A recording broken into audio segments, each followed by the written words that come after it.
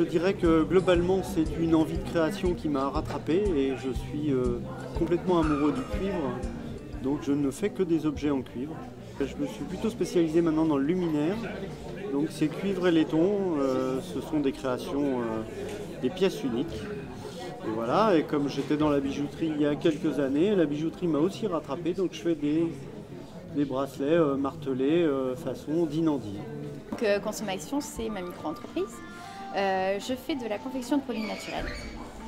Donc on part de matières premières, ce que vous avez dans la maison, dans la cuisine, et on en fait des produits de la vie courante. Donc on a par exemple le dentifrice, le déodorant, des choses comme ça, voilà, des produits de tous les jours. On est dans une conjoncture, si on peut dire politique, ou dans tous les cas depuis 10 ans, et on sent bien que les gens sont un peu craintifs, un peu révoltés, il y en a qui n'ont pas de sous, il y en a qui en ont beaucoup, et entre les deux, il y a un tas de gens qui ne savent pas où trop se dirige la France, j'ai l'impression, alors qu'on a des Anglais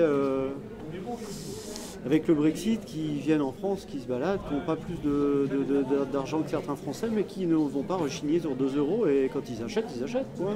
Voilà, ils se font plaisir. Il faudrait donner l'opportunité aux gens, surtout les personnes qui sont aujourd'hui, on va dire, en mal dans leur emploi, l'opportunité de trouver leur voie et leur vraie voie. C'est ça qui amène après l'artisanat en France, des gens mieux dans leur peau aussi. Parce que le burn-out, c'est le mal du siècle, peut-être. Peut-être qu'on n'en parle pas encore comme ça, mais j'ai l'impression que oui. Parce qu'il y a beaucoup de gens qui sont en burn-out et puis qui finissent, mais alors à l'opposé de ce qu'ils faisaient avant. Mais c'est aussi les mentalités qui ont tendance à changer. Hein. On vient beaucoup plus facilement sur le bio maintenant, le petit producteur, l'artisan qu'on va pouvoir retrouver s'il y a un SAV.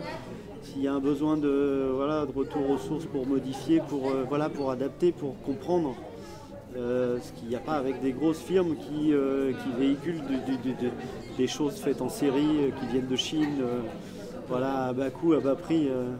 Il y a ces deux mondes complètement différents. On est trop dans un monde made in China. On se tourne vers des produits dans les grandes surfaces où on retourne le produit made in China. Et je pense que l'artisanat, ça nous permet d'avoir non seulement du Made in France, mais en plus, même peut-être l'artisan juste à côté de chez nous. On revient à quelque chose de plus essentiel. On revient aux bases. Je pense que l'artisanat, c'est ça, c'est revenir aux bases, revenir à l'essentiel. Et c'est aussi, je pense, comme ça, après je me trompe peut-être, que sont nées les idées de monnaie locale.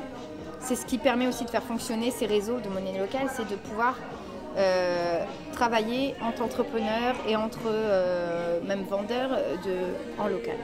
Une ville entière doit normalement se suffire presque à elle-même. Un message pour les générations à venir, j'aurais tendance à vouloir dire courage parce que les générations à venir vont avoir beaucoup de boulot. Je ne suis pas quelqu'un de pessimiste, bien au contraire, et j'espère fortement plein de choses, mais je sens que la limite, on y est. On nous parle d'une limite qui est dans les 10 années à venir. Je me demande si la limite n'a pas déjà été franchie. De toute façon, j'ai bien peur que ça soit trop tard pour les futures générations. En même temps, j'espère pas. Hein. Je sens qu'elles vont avoir beaucoup de boulot, et elles vont avoir à subir plein de choses sur la planète, et ça c'est sûr. Et ça a déjà commencé pour certains pays. Il faut développer un réseau, il faut développer une communication, on y arrivera tous ensemble. Chaque petit geste peut changer les choses. Moi, c'est ma devise. Donc je fais ma part, je la fais du mieux possible, mais il faut tous qu'on s'y mette un peu. On a tous quelque chose à faire. Pour les générations à venir, donc je pense un peu à la génération de mes enfants. J'ai envie de leur dire que je suis désolée pour la planète qu'ils vont avoir. Malheureusement, on est dans une société qui est endoctrinée par les mauvais messages, mais on est quand même quelques-uns à faire quelque chose et on fait de notre mieux.